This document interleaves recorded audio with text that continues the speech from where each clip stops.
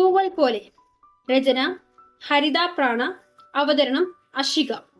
മുന്നിലേക്ക് നോക്കിയതും അവനൊന്ന് ഞെട്ടി. ഫിസ, ഇവളെന്താ ഇവിടെ? അവിടെ നിന്ന് പെൺകുട്ടിക്ക് പുറകിലൂടെ ഓടി വന്ന് അവളെ ഒന്ന് പേടിപ്പിച്ചുകൊണ്ട് മുന്നിലേക്ക് മാറി നിന്ന് കാര്യം പറയുന്നവളെ ഫെലിക്സ് വിശ്വാസം വരാതെ നോക്കി. ചേർത്തല IHRDയിൽ പഠിക്കുന്ന ഇവളെന്താ SN കോളേജിന്റെ ഫ്രണ്ടില്? ഓ, വാനര സംഘം മൊത്തം ഉണ്ടോ? ഒരു പുച്ഛത്തോടെ ഫെലിക്സ് അവളുടെ കൂടെ നിൽക്കുന്നവരെ നോക്കി. 2 ആൺകുട്ടികളും ഫിസ ഉൾപ്പെടെ 3 പെൺകുട്ടികൾ ഉൾപ്പെടുന്നതാണ് ഫിസയുടെ ഗ്യാങ്. അവരൊക്കെ നല്ല കാര്യമായിട്ട് തന്നെ ആ പെൺകുട്ടിയോട് സംസാരിക്കുന്നുണ്ട്. അതിന് ചിരിയോടെ പതിയെ അവളും മറുപടി കൊടുക്കുന്നുണ്ട്. പെട്ടെന്നാണ് പടക്കം പൊട്ടുന്നത് പോലെ അവന്റെ പുറത്തൊരടി വീണത്. എന്റെ ഈശോയെ! അലറി വിളിച്ചുകൊണ്ട് തിരിഞ്ഞു നോക്കിയതും പുറകിൽ യുവദാസിനെ പോലെ നിൽക്കുന്നുണ്ട് സൂരജ്. എന്റെ നാടാ, നിനക്ക് വട്ടാണോ? എന്റെ കർത്താവേ, എന്റെ പുറം. നിന്റെ പുറമല്ല, എന്നെ കൊണ്ടൊന്നും പറയിക്കല്ലേ ഫെലിക്സേ. എത്ര നേരം കൊണ്ട് വിളിക്കുവാടാ കാശ് കൊടുക്കാൻ? അന്നേരം നീ ഇവിടെ വായി നോക്കി നിന്നാ പിന്നെ പൂജിക്കാടാ നിന്നെ. ഞാൻ വായി നോക്കി നിന്റെ ഞാൻ ആരെയും വായി നോക്കിയൊന്നുമല്ല. ദേ അങ്ങോട്ട് നോക്ക്. റോഡിനപ്പുറം നിൽക്കുന്നവരെ ചൂണ്ടിക്കാട്ടി ഫെലിക്സ് പറഞ്ഞതും സൂരജിന്റെ നോട്ടം അവിടേക്ക് പോയി. കൊച്ചു കൊള്ളാം, കണ്ടിട്ട് ക്രിസ്ത്യാനിയാണെന്ന് തോന്നുന്നൊക്കെ ഉണ്ട്. പക്ഷെ ഇതുവരെ കേട്ടിണ്ടെന്ന് പറഞ്ഞ നീ പെട്ടെന്നൊരു പെണ്ണിനെ വായി നോക്കുക എന്നൊക്കെ വെച്ചാൽ നീ ഇത് എന്ത് തേങ്ങയാടാ പറയുന്നേ? ആ പച്ചച്ചുരിദാറിനെയല്ലേ നീ കാണിച്ചേ?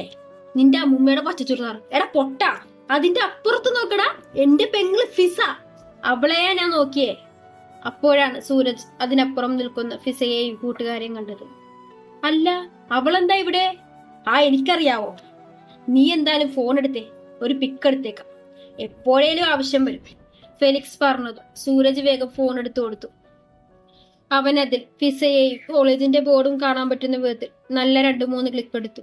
പിന്നെ എന്തോ ഓർത്ത പോലെ അവിടെ നിന്ന് പെൺകുട്ടിയുടെയും ഒക്കെയും തന്റെ വാട്സപ്പിലേക്ക് സെൻഡ് ചെയ്ത് അവന്റെ ഫോണിൽ നിന്ന് ആ പെൺകുട്ടിയുടെ ചിത്രം ഡിലീറ്റ് ആക്കി. ഇത് വെച്ചൊരു കളി കളിക്കണം. ആ അമ്മച്ചിയുടെ കൂടെ നിന്ന് എന്നെ കളിയാക്കുന്നതാണ് ഇവളുടെ മെയിൻ പരിപാടി. എന്നെങ്കിലും ഇതെനിക്ക് ഉപയോഗിക്കാൻ ഒരു അവസരം കിട്ടും. ഉള്ളാലെ ചിരിച്ചുകൊണ്ട് അവൻ ക്യാഷ് കൊടുക്കാൻ അകത്തേക്ക് പോയി. അപ്പോൾ ഫിസ എന്താ അവിടെയെന്ന് ആലോചിച്ച് സൂരജ് അവിടെ തന്നെ നിന്നു. ദിവസങ്ങൾ വേഗം നാണ് പോയിക്കൊണ്ടിരുന്നത്. ഇന്ന് ആനിയുടെ മനസ്സമ്മതമാണ്. രാവിലെ തന്നെ ഒരുക്കാൻ ബ്യൂട്ടീഷ്യനൊക്കെ എത്തിയിട്ടുണ്ട്. ഒരാഴ്ച മുന്നേ പോയി ഡ്രസ്സൊക്കെ എടുത്തിരുന്നു. പെണ്ണ് കാണലിന് ശേഷം ജോഷിയെ ആനി കണ്ടിട്ടില്ല. ഫോൺ വിളിക്കുകയും ഉണ്ടായിട്ടില്ല. അതൊരു തരത്തിൽ ആനിക്ക് സമാധാനം തന്നെയായിരുന്നു. ഗോൾഡൻ ഫാബ്രിക്കിൽ വൈറ്റ് ആൻഡ് ഗോൾഡൻ സ്റ്റോൺ വരുന്ന സാരിയാണ് ആനിയുടെ വേഷം. മിനിമം മേക്കപ്പിൽ അവൾ അതീവ സുന്ദരിയായിരുന്നു. റൂമിൽ നിന്നും ഒരുങ്ങിയിറങ്ങിയ അവളെ കണ്ടതും ആന്റണിയുടെ കണ്ണു നിറഞ്ഞു. അവളെ ആദ്യമായി അപ്പൻ കയ്യിലേക്ക് വെച്ച് തന്ന നിമിഷം അവൻ ഓർത്തുപോയി. സ്നേഹത്തോടെ അവളെ അടക്കി പിടിച്ച് നെറ്റിയിൽ മുത്തുമ്പോൾ ഒരു ചേട്ടൻ എന്നതിലുപരി അവളെ മകളായി കണ്ട ഒരച്ഛന്റെ വാത്സല്യം ഉണ്ടായിരുന്നു. കുര്യന്റെ അവസ്ഥയും മറിച്ചായിരുന്നില്ല. എത്രയൊക്കെ നിയന്ത്രണം വെച്ചാലും അവളെ അയാൾക്ക് ഇഷ്ടമാണ്. അപ്പനും അമ്മയ്ക്കും കുടുംബക്കാർക്കും സ്തുതി കൊടുത്തുകൊണ്ട് അവൾ പള്ളിയിലേക്ക് ഇറങ്ങി. ആന്റണിയുടെ കാറിൽ അവളും ആന്റണിയും മാത്രമായിരുന്നു. ടെൻഷൻ നിറഞ്ഞ മുഖത്തോടെ ഇരിക്കുന്നവളെ മാക്സിമം കൂളാക്കാൻ അവനെ കൊണ്ട് പറ്റാവുന്നതുപോലെ അവനും ശ്രമിക്കുകയും ചെയ്തു. രാവിലെ പതിവില്ലാത്തതുപോലെ കുളിച്ച് റെഡിയായി താഴേക്ക് വരുന്നവനെ കാണാൻ ഗിസയുടെ കണ്ണു വിഴിഞ്ഞു. അമ്മച്ചി! ഒറ്റ ശ്വാസത്തിൽ അവൾ അലറി വിളിച്ചതും പുറത്തു പോകാൻ റെഡിയായിക്കൊണ്ടിരുന്ന വർക്കിച്ചൻ ഉൾപ്പെടെ ആ വീട്ടിലെ എല്ലാവരും ഹാളിലെത്തി. എന്നെ തടിക്കിടന്ന് അലച്ചു പോകുന്നേ? അവളുടെ കൈകിട്ട് ഒരു കൊട്ടുകൊടുത്ത് ഏലിക്കുട്ടി ചോദിച്ചത് ഫിസ സ്റ്റെപ്പിലേക്ക് കണ്ണു കാണിച്ചു. ബേബി പിങ്ക് കളർ കുർത്തയും വെള്ളിക്കസവിന്റെ മുണ്ടുമുടുത്ത് സുന്ദര കുട്ടപ്പനായി ഫെലിക്സ്. പതിയെ വിടർന്ന കുർത്തയുടെ വിടവിലൂടെ പകുതി പുറത്തേക്ക് കിടക്കുന്ന വെള്ളി കുരിശുമാലയും ആര് കണ്ടാലും ഒന്ന് നോക്കുന്ന തനിയച്ചായി. അവനെ അങ്ങനെ കണ്ടതേ വർക്കിച്ചന്റെ ഉൾപ്പെടെ എല്ലാവരുടെയും മുഖം വിടർന്നു. നീ എങ്ങോട്ടാ രാവിലെ?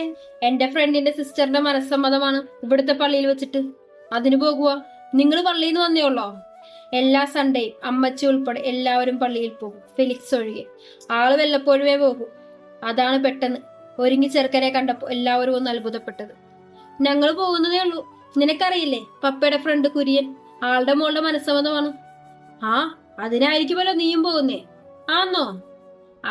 എന്നാ നിങ്ങൾ എല്ലാം കൂടി അങ്ങ് വാ. ഞാൻ അവന്മാരെയും കൂട്ടി അങ്ങ് വന്നേക്കാം. എടാ മോനെ, ഇന്നെങ്കിലും നീ ആ അച്ഛനെ ഒന്ന് കാണണേ. അമ്മച്ചി പറഞ്ഞതിനെ പതിവില്ലാതെ അവൻ സമ്മതം പറഞ്ഞുകൊണ്ട് അവൻ പുറത്തേക്ക് പോയി. ബാക്കിയുള്ളവരൊക്കെ ആരെ ഇവിടെ പടക്കം പൊട്ടിച്ചത് എന്നുള്ള മുഖഭാവത്തിലായിരുന്നു. കാരണം അവരുടെ ഇടവകപ്പള്ളിയിലെ അച്ഛൻ ഫാദർ സെബാസ്റ്റ്യൻ വർക്കിച്ചന്റെ അപ്പന്റെ അനിയന്റെ ഏക മകനാണ്. അദ്ദേഹവും ഫെലിക്സും ഏകദേശം കീരിയും പാമ്പും പോലെയൊക്കെയാണ്. അതുകൊണ്ട് തന്നെ പള്ളിയിലച്ഛനെ കാണാൻ പറഞ്ഞ ഉറഞ്ഞു തുള്ളുന്നവന് ഒന്നും മിണ്ടാതെ പോയത്. ആരെയും കുറ്റം പറഞ്ഞിട്ട് കാര്യമില്ല. ഫെലിക്സിന്റെ സ്വഭാവം അങ്ങനെയായിപ്പോയി. പള്ളിമുറ്റത്ത് കാറിൽ ഇരിക്കുകയായിരുന്നു ആനിയും ആന്റണിയും. ചെറുക്കനും കൂട്ടരും എത്തുന്നതേ ഉള്ളൂ എന്ന് കുര്യൻ വിളിച്ചു പറഞ്ഞതുകൊണ്ട് കാറിൽ നിന്നും ഇറങ്ങാതിരിക്കുകയാണ് രണ്ടാളും. അവരെത്തി 1 മണിക്കൂറോളം കഴിഞ്ഞാണ് ജോഷിയും ഫാമിലിയും എത്തിയത്. പിന്നെ അധികം വൈകാതെ ഇരുവരും ഒന്നിച്ച് പള്ളിയിലേക്ക് കയറി. കുറച്ചു നേരത്തെ പ്രസംഗവും അച്ഛന്റെ പ്രാർത്ഥനയും ഒക്കെ കഴിഞ്ഞ് മനസ്സ് ചോദ്യത്തിന്റെ നേരമായി. അന്നേരം അത്രയും കല്യാണ പെണ്ണിനെ തന്നെ കണ്ണുവെട്ടാതെ നോക്കുകയായിരുന്നു ഫെലിക്സ്. കുറച്ചു നാൾ മുന്നേ ഒരിക്കൽ കോളേജിന് മുമ്പിൽ വെച്ച് കണ്ടവൾ അന്നു മുതൽ ഉറക്കം കെടുത്തിയ മുഖമാണ്. മുന്നിൽ ലക്ഷ്യങ്ങൾ ഒരുപാടുണ്ടായതുകൊണ്ട് മനഃപൂർവ്വം മറവിക്ക് വിട്ടുകൊടുത്ത മുഖം. പക്ഷെ അതിങ്ങനെ പെട്ടെന്ന് മറ്റൊരുത്തന്റെ പെണ്ണായി കണ്ടപ്പോൾ അറിയാതെ അവന്റെ ഉള്ളൊന്ന് നൊന്തു. പ്രണയമാണെന്ന് വിളിക്കാനും മാത്രമുണ്ടായിരുന്നു കർത്താവേ. ഇല്ലായിരുന്നേ എന്നാത്തിനെ എന്റെ നെഞ്ചു പൊടിയുന്നേ. തുരുസ്വരൂപത്തെ നോക്കി അവൻ ഉള്ളുകൊണ്ട് കേണു. അറിയാത്തൊരു നോവ് എവിടെയോ തിരയിളക്കി വരുന്നത് പോലെ. ഫെലിക്സ് തലയൊന്നു കുടഞ്ഞു. അവിടെ അച്ഛന്റെ പ്രാർത്ഥനയൊക്കെ കഴിഞ്ഞ് ചോദ്യമായിട്ടുണ്ട്. കുന്നേൽ യോഹന്നാന്റെയും ഡെയ്സിയുടെയും മകനായ ജോഷുവ, നിനക്ക് കർത്താവിന്റെ നാമത്തിൽ ഈ നിൽക്കുന്ന ആൻഡ്രിയ കുര്യനെ നിന്റെ മണവാട്ടിയായി സ്വീകരിക്കാൻ സമ്മതമാണോ? അച്ഛൻ ചോദിച്ചതും എല്ലാവരും പ്രതീക്ഷയോടെ അവനെ നോക്കി. പക്ഷെ മുഖം കുനിച്ചു നിൽക്കുന്നതല്ലാതെ ജോഷി ഒരക്ഷരം മിണ്ടിയില്ല. അത്രയും നേരം സന്തോഷത്തോടെ നിന്ന മുഖങ്ങളൊക്കെ മങ്ങിത്തുടങ്ങി. ജോഷുവ, നിന്നോടാണ് ഞാൻ ചോദിച്ചത്. ഈ നിൽക്കുന്ന ആൻഡ്രിയയെ കർത്താവിന്റെ നാമത്തിൽ നിനക്ക് നിന്റെ പാതിയാക്കുവാൻ സമ്മതമാണോ? അപ്പോഴും അവനൊന്നും മിണ്ടിയില്ല. അതുവരെ തലകുനിച്ച് നിന്നിരുന്ന ആനി പതിയെ മുഖമൊന്നുയർത്തി കർത്താവിന്റെ രൂപത്തിലേക്കൊന്ന് നോക്കി. പരീക്ഷിക്കുവാണോ കർത്താവേ? മനസ്സുകൊണ്ട് അവൾ ചോദിച്ചതിന് ഉത്തരം എന്നതുപോലെ ജോഷിയുടെ ഉത്തരം അവിടെ വീണു. സമ്മതമല്ല. എല്ലാവരും ഞെട്ടി പരസ്പരം നോക്കി. ജോഷി! ഒരലർച്ച പോലെ യോഹന്നാൻ വിളിച്ചതും അച്ഛൻ ഇടപെട്ടു. നിക്ക് യോഹന്നാനെ. ജോഷുവ, എന്താ കുഞ്ഞെ, നിനക്ക് ഈ കല്യാണത്തിന് താല്പര്യമില്ലേ? അല്ലച്ചോ. പിന്നെ എന്തിനാ കുഞ്ഞെ ഈ പള്ളിവേട വരെ ഇതെത്തിച്ചത്? ഈ പെൺകുട്ടിയുടെ മുഖത്തേക്കൊന്ന് നോക്കിയേ. ഒരു ജീവിതം സ്വപ്നം കണ്ടു തുടങ്ങിയവളല്ലേ. ഞാനായിട്ട് ആർക്കും ആശ കൊടുത്തിട്ടില്ലച്ചോ. ഒരു നോട്ടം കൊണ്ടോ ഒരു വാക്കുകൊണ്ടോ ഒന്നും. എടാ, നീ എന്ത് പോക്കിരിത്തരമാടാ കാണിക്കുന്നേ? കല്യാണം ഉറപ്പിച്ച് ഡേറ്റും എടുത്തിട്ട് ഇപ്പൊ സമ്മതമല്ലെന്ന് പറഞ്ഞ അത് എവിടുത്തെ ന്യായമാണ്? കല്യാണത്തിന് സമ്മതമാണോ അല്ലയോ എന്ന് പറയാനുള്ള അവസരമാണ് കുര്യാച്ച മനസ്സമ്മതം. അത് ആണിനായാലും പെണ്ണിനായാലും തുറന്നു പറയാം. അതേ അവൻ ചെയ്തുള്ളൂ. എന്നാലും വെച്ചോ യോഹന്നാനെ, തനിക്കൊന്നും പറയാനില്ലേ? ഞാൻ എന്തു പറയാനാടോ? ഈ പള്ളിമേടയിലേക്ക് കയറുന്നതിന് മുന്നേ എങ്കിലുമാണ് പറഞ്ഞിരുന്നേ. പറഞ്ഞില്ലേ ഞാൻ പറഞ്ഞതല്ലേ എനിക്കാരെയും കല്യാണം കഴിക്കണ്ടെന്ന്. എന്നിട്ട് നിങ്ങൾ കേട്ടോ? ഒക്കെ ഉള്ളിൽ വെച്ച് ഒരു കൊച്ചിന്റെ ജീവിതം കൂടി നശിപ്പിക്കാൻ എനിക്ക് മേല. അതുകൊണ്ടാച്ചോ ഞാൻ ഈ കല്യാണത്തിൽ നിന്ന് പിന്മാറുന്നു. എന്തൊക്കെയോ പറയാൻ തരിച്ചു വന്ന നാവിനെ അടക്കി അച്ഛനോട് യാത്ര പറഞ്ഞ് ജോഷി പുറത്തേക്ക് പോയി.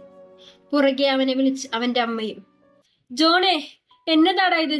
കല്യാണം വേണ്ടെന്ന് പറഞ്ഞ എന്റെ കൊച്ചി എത്ര ബുദ്ധിമുട്ടി അവളെ കല്യാണത്തിന് സമ്മതിപ്പിച്ചതെന്നറിയോ? ഇപ്പൊ അവൻ ഇനി ഞാൻ എന്താണ് ചെയ്യേണ്ടത്? ജോണിന്റെ കോളറിൽ കുത്തിപ്പിടിച്ച് ആന്റണി ചോദിച്ചതും ഫെലിക്സും സൂരജും വേറെ 1-2 പേരും ഓടി വന്ന് അവനെ പിടിച്ചു മാറ്റി. എന്തുവാടേ ഈ കാണിക്കുന്നേ? അവൻ ആ കൊച്ചിനെ ഇഷ്ടമല്ലെന്ന് പറഞ്ഞു. അതിന് അവന്റെ ചേട്ടനെ തല്ലുന്നത് എന്തിനാ? അവന്റെ അഭിപ്രായമല്ലേ പറഞ്ഞ? എന്നാലും സൂരജ് കരഞ്ഞു പറഞ്ഞതാണ് എന്റെ കൊച്ചി അവൾക്ക് കല്യാണം വേണ്ടെന്ന്. എന്നിട്ട് ഞാൻ നിർബന്ധിച്ചിട്ടാ ഇപ്പൊ ഇങ്ങനെ നിൽക്കുന്നേ. ഞാൻ കാരണമാണ്. ഫെലിക്സിന്റെ തോളിലോട്ട് കിടന്ന് പൊട്ടിക്കരയുമ്പോൾ താൻ ചെയ്തത് വലിയൊരു തെറ്റാണെന്ന് ആ ഏട്ടന് തോന്നി തുടങ്ങിയിരുന്നു. കുര്യൻ അവിടെ അച്ഛനോടും യോഹന്നാനോടും തട്ടിക്കയറുകയാണ്. ആനിയുടെ അമ്മ ആകെ തകർന്നു പോയിരുന്നു. ഇനി ഞാൻ ഇവളെ എന്താ ചെയ്യേണ്ടതെന്നും കൂടി അച്ഛൻ പറഞ്ഞതാ. ഇത്രയൊക്കെ ആയ സ്ഥിതിക്ക് അതും കൂടെ നിങ്ങളങ്ങ് തീരുമാനിക്ക്.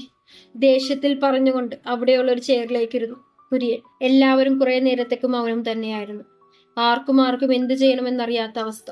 ആനി മാത്രം തുരുരൂപത്തെ നോക്കി നിൽപ്പുണ്ട്. കല്യാണം മുടങ്ങിയതിൽ സന്തോഷിക്കണോ അതോ ഇച്ഛായി പറയുന്നതിൽ വിഷമിക്കണോ എന്നറിയാതെ നിൽപ്പാണ്. കുറച്ചു നേരം കഴിഞ്ഞതും അവളുടെ സമാധാനത്തെ എല്ലാം കാറ്റിൽ പറത്തിക്കൊണ്ട് ഒരാളുടെ ശബ്ദം അവിടെ മുഴങ്ങി. തുടരും. ഈ കഥയുടെ ബാക്കി ഭാഗം നാളെ ഇതേ സമയം.